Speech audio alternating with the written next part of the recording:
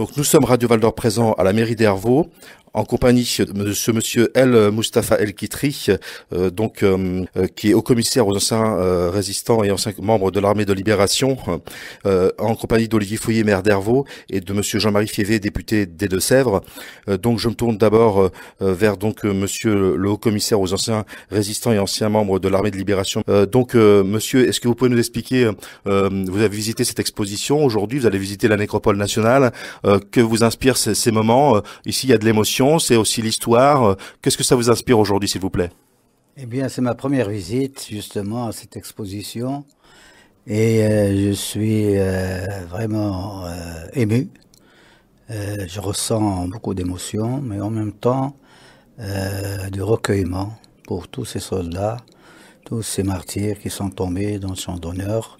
Parmi eux, des Marocains, mais aussi des Africains d'Algérie, de Tunisie et d'autres pays qui étaient sous protectorat français.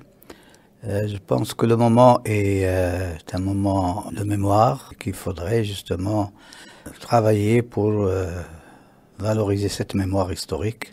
C'est un devoir pour nous tous, s'agissant d'une mémoire historique partagée pour nous Marocains avec la France. Nous nous employons d'ailleurs depuis des années à travailler sur cette mémoire et c'est la raison pour laquelle j'ai tout de suite répondu favorablement à l'invitation qui m'a été faite par monsieur le préfet Jean-Marie Févé, que je remercie d'ailleurs pour son excellente initiative, ainsi que monsieur Fouillet, le maire d'Hervaux, et toutes les personnalités, toutes les bonne volonté qui ont bien voulu justement consacrer du temps et également du travail pour cette mémoire historique que nous devons tous, c'est notre responsabilité, de porter à la connaissance des générations montantes, des jeunesses.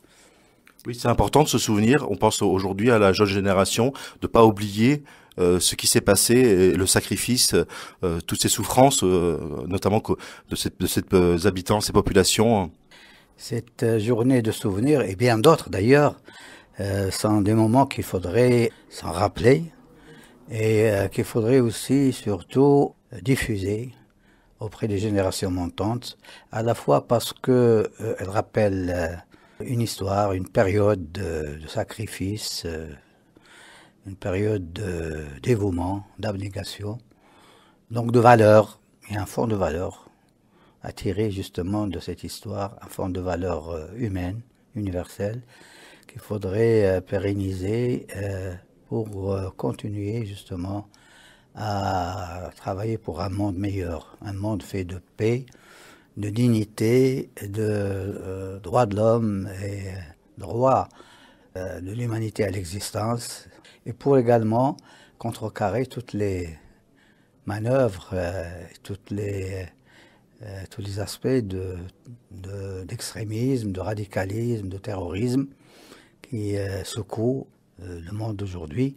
Donc nous avons intérêt à ce que ce fonds d'accumulation, à la fois historique, mais aussi de valeurs et de vertus, soit pérennisé et soit mis au service de nos générations montantes. Il est de notre devoir de leur inculquer justement ces valeurs dans les programmes scolaires, mais aussi dans tous les espaces de mémoire historique. Chez nous au Maroc, nous travaillons beaucoup sur un réseau d'espaces de la mémoire historique, de la résistance et de la libération, dont le nombre atteint aujourd'hui 91 espaces qui sont implantés un peu partout dans le pays et où nous recevons des jeunes, des scolaires, à la fois les élèves, les étudiants, mais aussi la société civile, le mouvement associatif, pour justement les sensibiliser à l'histoire, pas uniquement l'histoire nationale du Maroc. Il ne faut pas justement se limiter au seul champ national de l'histoire, mais aussi et surtout à l'histoire partagée que le Maroc a eue avec beaucoup de pays, dont la France. Bien entendu, il y a d'autres pays aussi avec lesquels nous partageons une histoire, telle que l'Espagne, l'Europe en général, parce que les Marocains, les soldats marocains, lors de la Première et de la Seconde Guerre mondiale, ils ont été un peu partout en Europe. Mais aussi, au-delà de l'Europe, il y a aussi les Marocains qui sont partis dans le cadre de l'armée française en Indochine, qui ont combattu, et dont un certain nombre d'entre eux ont combattu aussi aux côtés des mouvements de libération du Viet Minh au Vietnam, et sans compter également les exploits réalisés par les Marocains dans les pays d'Afrique, notamment dans les pays d'Afrique du Sud, notamment, où le Maroc a pris une part active à la lutte contre l'apartheid et a accueilli Nelson Mandela pendant 8 mois dans les camps d'entraînement au Maroc, entre Rabat et Berkane, mais aussi les pays qui étaient aussi sous domination portugaise, tels que l'Angola, le Mozambique, la Guinée-Bissau, Sao Tomé et bien d'autres. Donc, nous avons une riche histoire partagée avec beaucoup de pays, à la fois amis et des pays frères.